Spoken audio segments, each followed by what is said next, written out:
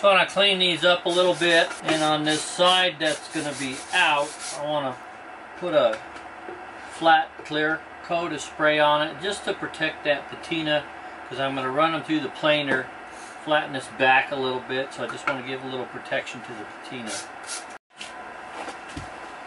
Okay, here's this fairly new tool out. Of course, this is what, May 2017, so it depends on when this video comes out. But Porter cable, it's called the Restore. Pretty new tool. Takes a lot of different wheels, Vertex, sanding sleeves, all kinds of things. This is a medium, rough, abrasive Vertex wheel on it. It's got adjustable speeds, good ergonomics. Has a vac port here, which I've never used yet, but let's give it a shot. So I'm just going to buff these edges that have a little bark on it here. That's all I wanted to do. Knock off the loose, leave that rustic edge. Now I'll give this, brush some of the dirt off of there, and we'll give it a shot of that Rust-Oleum clear. So we're going to use some Minwax classic gray stain to touch up those raw edges where I had cut it, so it'll match that gray. Then we'll do that clear coat. Okay, I went ahead and put some of that gray stain on these ends inside where I cut the edge here, just so they blend in better, and put them on the ends of these two. And I forgot to do this one. Oh man, I need to get my crap together here. Did that one, I didn't do this one. Ay, ay, ay. So I'll do that, and then we'll probably see you at the planer.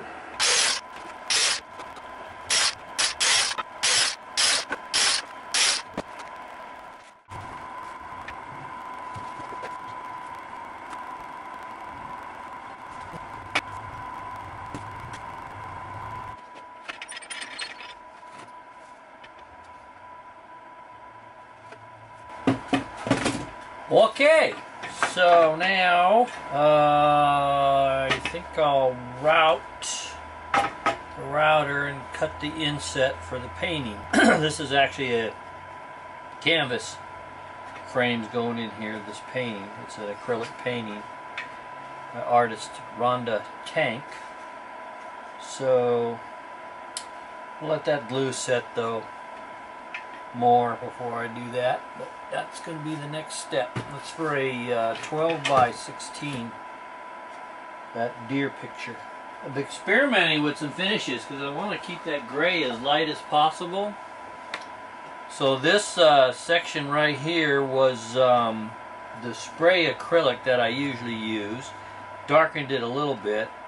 This was a sanding sealer, which really it darkened it, but not as much as this. So I might go with sanding sealer on the whole thing first and then spray it with acrylic. But I'm going to test spraying over this with acrylic, let it dry, and see if it stays the lightest. Down here was water-based Deft. That was real dark. So far this is the winner, but now let's see what acrylic does over it. Here is the sample. Yeah, this is with the pre-stained sealer here, near down, and then acrylic over it. This was just acrylic. This down here was Deft. So this kept it the lightest, which is what I want. So that's what we're going to do. Right now I'm going to use this pre-stain conditioner on the whole front of the thing here, and then toward the end we'll spray it with a couple coats of the clear acrylic. Again, I want to keep this gray as light as possible. So,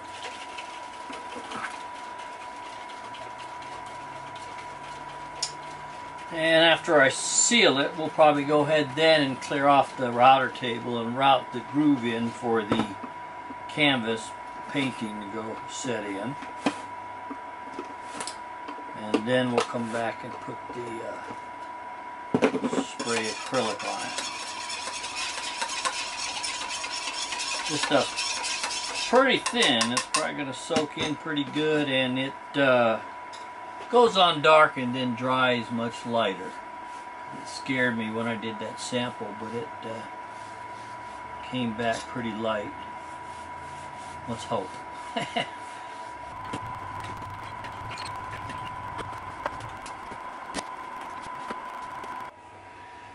Just wanted to show you real quick that the sandage sealer I put on here didn't darken it, so I think hopefully it's going to be good. I haven't put the clear on yet, but I don't know if you remember when I put that wet sealer on there, it got really dark, but it's dry now and unchanged, and even drier than what my sample was, which was from here down.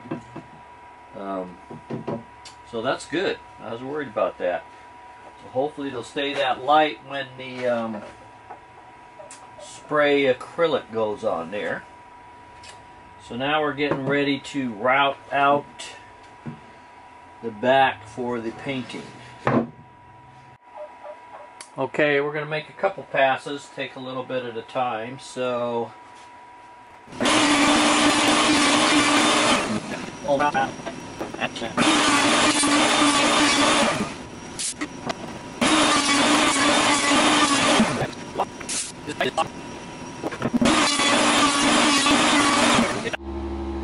okay, that came out pretty good. It's a 1/2 inch deep, 1/4 inch lip this way. So now I've just got to square up the corners with, okay, got this little corner gizmo. It doesn't really help chisel it out, but it does give me a line to go by. I remember how the hell to use it. There we go. It makes a nice little mark. Lines marking that corner now.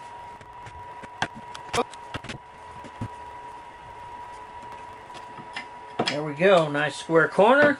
Do that 3 more times. Okay, we've moved outside to the pole shed. Gonna give it its first coat of matte clear Rust-Oleum.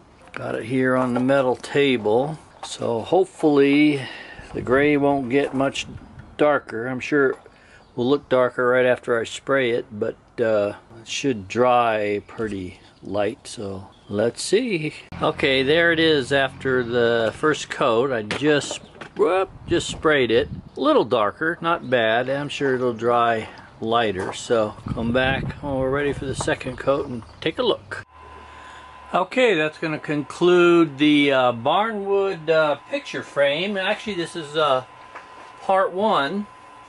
So there is the frame for the 12 by 16 painting that's going in there. And here's one I made a while back for a 12 by 9. And I'm going to do a second part to this where we actually mount the canvas in each of these frames. Got 2 paintings from the artist Rhonda Tank, and we'll go through how you mount these in frames and put the paper on the back and all that. So that'll be kind of a part 2 to this Barnwood picture frame build. So look forward to that, and we'll put the link in the description. So for now, bye bye.